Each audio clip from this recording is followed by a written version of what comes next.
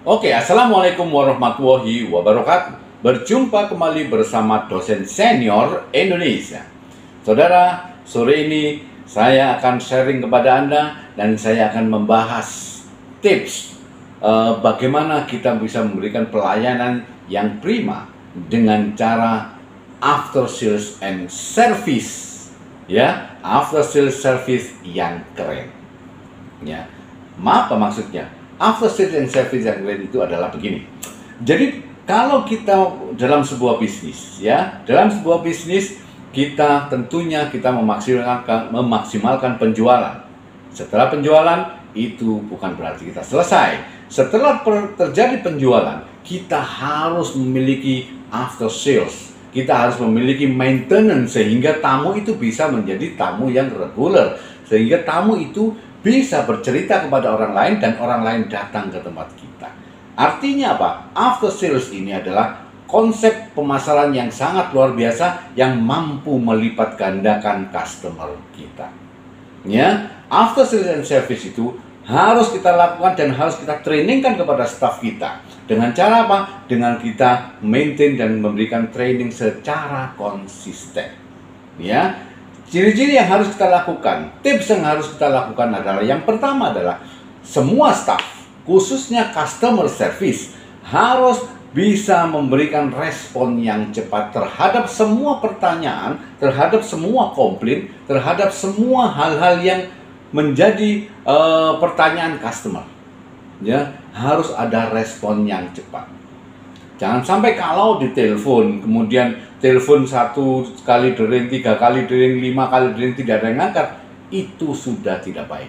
Ya, kita harus menyiapkan tim kita.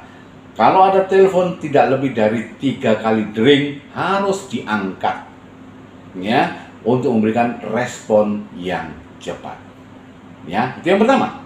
Yang kedua adalah pada saat kita merespon, kita harus menggunakan tata bahasa yang efektif, tata bahasa yang sopan. Ya, meskipun itu teman kita, meskipun itu kita sudah kenal dengan customer, ya, karena pelanggan, tetap kita adalah penjual dan dia adalah pembeli. Maka kita harus jaga kesopanan dengan bahasa yang baik dan sopan. Ya, yang ketiga adalah kita harus menguasai semua produk kita. Apakah itu produk jasa, apa itu produk yang bukan jasa, kita harus menguasai apa yang kita jual. Ya, kalau itu produk ya kita kuasai produk. Kalau itu kita restoran, kita kuasai semua produk restoran itu. Dan kalau itu hotel, kita juga menguasai semua operasional hotel. Sehingga apa? Seorang customer service, seorang after sales itu harus menguasai semua produknya.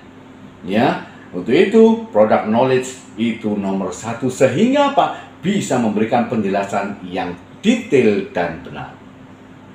Ya, selanjutnya adalah kita harus mampu meyakinkan ke pelanggan. Ya, pelanggan itu banyak permintaannya, ya. Tetapi kita tidak boleh mengikuti semuanya. Yang paling penting adalah pelanggan harus diberikan informasi yang benar dan harus mampu menjelaskan apa dan bagaimananya sehingga dia paham dan akhirnya dia tidak komplain terhadap perusahaan kita. Ya, yang selanjutnya kita juga harus menerima segala masukan. Ya, apakah itu di usaha retail, apakah itu di restoran, apakah itu di hotel, kita harus menerima dengan lapang dada segala kritik dan saran dari konsumen. Karena apa? Kita tahu keinginan konsumen seperti apa. Itu yang kita analisa dan itu yang harus kita perbaiki selama memungkinkan bagi perusahaan. Itu sangat penting. Ya, karena apa? Banyak sekali perusahaan-perusahaan yang tidak mau menerima kritik dan saran. Sehingga dia maunya begini ya, ini. Itu salah. Ya, kita tidak akan bisa mengembangkan, kita tidak bisa menarik konsumen lain kalau kita tidak bisa menerima masukan. Justru masukan dari konsumen itulah yang paling penting untuk diperbaiki. Ya, selanjutnya adalah kita harus sabar. Sabar dalam menghadapi segala macam komplain dari customer kita. Customer itu sangat banyak sekali. Tetapi bagaimana caranya kita bisa menghandle semuanya, yaitu dengan cara sabar. ya, sabar menerima segala komplain, sabar mendengarkan, empati terhadap customer, ya, kita dengarkan, kita perbaiki, ya, kita perhatikan apa yang dia keluhkan, ya, dengan sabar. Setelah itu baru kita berikan solusi, ya. Dan jangan pernah mengobrol janji. Sebagai contoh, misal, ya, kalau Anda menjual sebuah produk, ya, menjual sebuah produk, kemudian Anda menjanjikan bahwa produk ini garansi tidak akan pernah rusak, misal, itu over optimistic namanya. Ya, kita harus menceritakan apa adanya produk kita, kelemahan kita, dan kelemahan produk dan keunggulannya, ya, sehingga konsumen itu paham, ya, tidak over optimistic atau tidak over promise, gitu ya.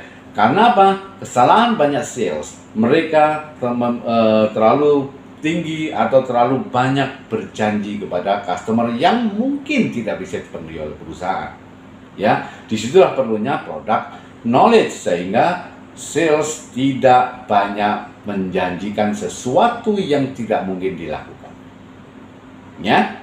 Selanjutnya adalah sebagai seorang sales atau sebagai seorang customer service, kunci utama adalah mendengar yang baik. Sebagai pendengar yang baik, dia mendengarkan segala keluh kesah konsumen. Kita harus mendengarkan segala masukannya, ya. Kemudian kita bicarakan dan kita terima dan kita informasikan kepada customer bahwa masukan Bapak dan Ibu akan kami terima dan akan saya kirimkan untuk didiskusikan oleh manajemen. Seperti itu saja, ya.